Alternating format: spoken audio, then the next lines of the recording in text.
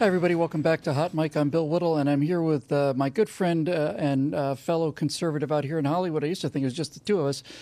Jeremy Boring, who's the chief operating officer of Forward Publishing and puts out Daily Wire, and he's also the executive director of Friends of Abe, which is an organization for conservatives in Hollywood. Jeremy, we talked about some of the things that soldiers and stuntmen and other people have had to endure in terms of just humiliation. And the decision as to whether or not they want to work and feed their families, or whether or not they want to agree with all these slanders and lies against our country and the president and the servicemen and so on. But there's another side to this, and you said a line. I think it was you. Oh, maybe it wasn't. But anyway, there's a line that says that every deal in Hollywood is sealed in flesh. Can you talk to us a little bit about that? This is almost unbelievable. You know, Don Henley referred to Hollywood as Gomorrah by the sea. And I think that's pretty apt. You know, there's sort of a Babylon motif that's always been a part of Hollywood, even in the 20s. And you know, it's a place of decadence. It's a place of it's dedicated to finding ways to titillate the flesh. And so probably, and I hate to interrupt you. No, please.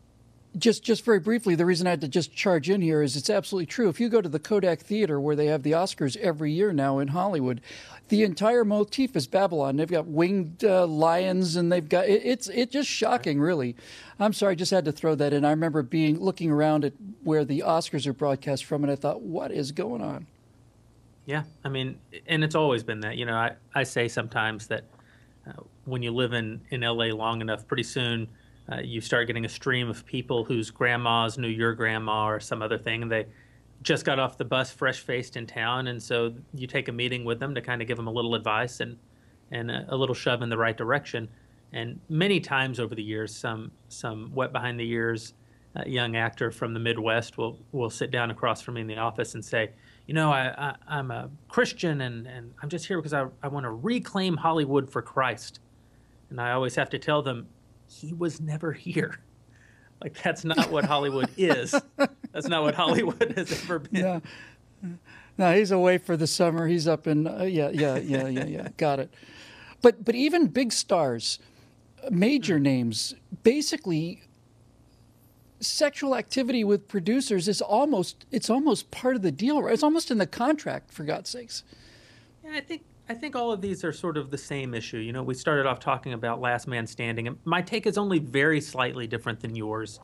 But it goes to this very topic, which is I don't believe that Last Man Standing was canceled because of the conservatism of Tim Allen or the conservatism of the show. If that were the case, Tim Allen's conservatism was known to the studio before and the network before they ever picked up the show. It's slightly more subtle than that. It's that Tim Allen's show was expensive because it had a big star. It was going into its 7th season, which is a point at which Tim Allen was in a position to renegotiate. It was at a point at which the network had to start absorbing more of the costs from the studio.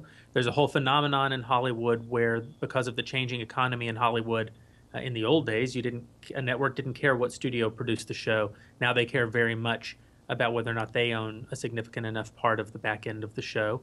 So even though Tim Allen's show did very well on Friday nights, it was doing amazing numbers in syndication. It was an expensive show, and they were trying to move away as a network, ABC, from having multi-camera comedies on Friday night. And so in that sense, they did create a situation where you would actually ask yourself as a network, what shows do we salvage from our Friday night comedy block, and which ones do we not?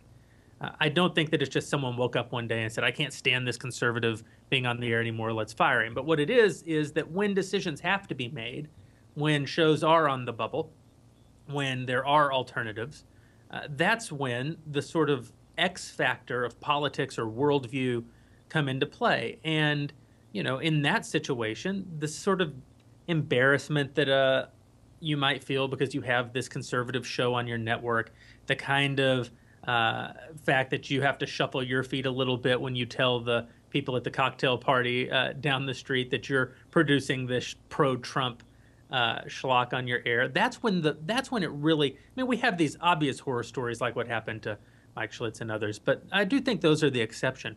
The real bias that happens in Hollywood is what happened to Last Man Standing. It's that in the gray, it's always going to break against the conservative. Conservatives work. John Voight, very open with his politics, works. Clint Eastwood, very open with his politics, works. Tim Allen works. Duck Dynasty, a huge hit in its time. But when there are moments where gray happens, that's when the kind of bias really presents itself. But not to say that there's not more overt bias, but I think the overt bias, at least we can talk about it. And if George Clooney were sitting here in the room with me and heard what happened to your friend Mike, he would agree that that was an outrage. But the day-to-day bias that happens against conservatives happens more subtly, and I don't think it's part of like a formal blacklist or a set agenda.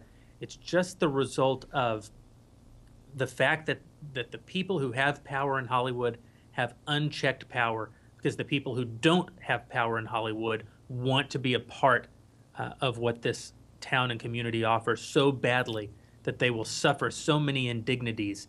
There's never pushback against the people in power. And that bad power dynamic creates bad behavior.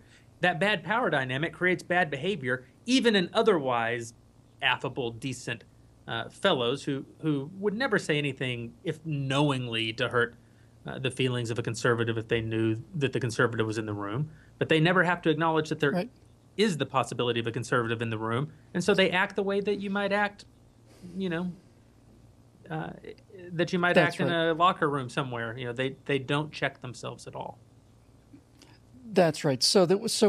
We really have heard so many cases, you and I personally, of those two different kinds of things. One case where somebody literally said, some producer was angry, came onto the set, and he says, "I'm really, really angry. I want to I need to fire a Republican today." That kind of thing. That certainly happens. But as you say, untold stories that we've heard directly, untold stories of people who had great working relationships with casting directors or with certain actors or something, and then they reveal, by accident usually, that they're conservatives, and the face on their friends just is filled with amazement, really, more than hatred, just shocked. And then the next thing you know, Jeremy, the calls just don't come, right? The casting calls just don't come. And you can't say it's because of this, but you know it is. And it is, and in fact, if you were shameful thing. That's right. If you were to talk, I'm sure that the executives at ABC right now are reading all the stories. Our own John Nolte at Daily Wire was one of the people who really brought this story to the fore about Last Man Standing with a piece that got 1.5 million page views on the day that it first broke. And I'm sure that the executives at ABC were shocked when they read these pieces, because in their mind, they didn't cancel Tim Allen's show because of his conservatism. They would be able to tell you with a straight face, that's nonsense. In fact, one of the executives did say, "I don't think that Tim's politics were the main issue here," which I find kind of shockingly honest. It probably wasn't the main issue. Yeah. That doesn't mean it wasn't the deciding issue. Because the main issues were the issues of economics and contract law and other things.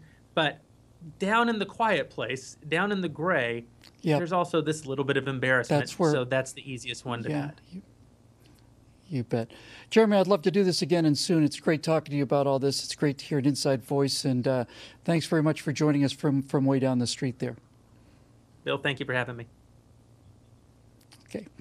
Folks, it's really what he said. And of all the things that are the most startling to me in Hollywood, the thing that startles me the most is the absolute assumption that you are a liberal, that you would walk into meetings with a script that you're trying to sell, and it's a top-level meeting with studio people.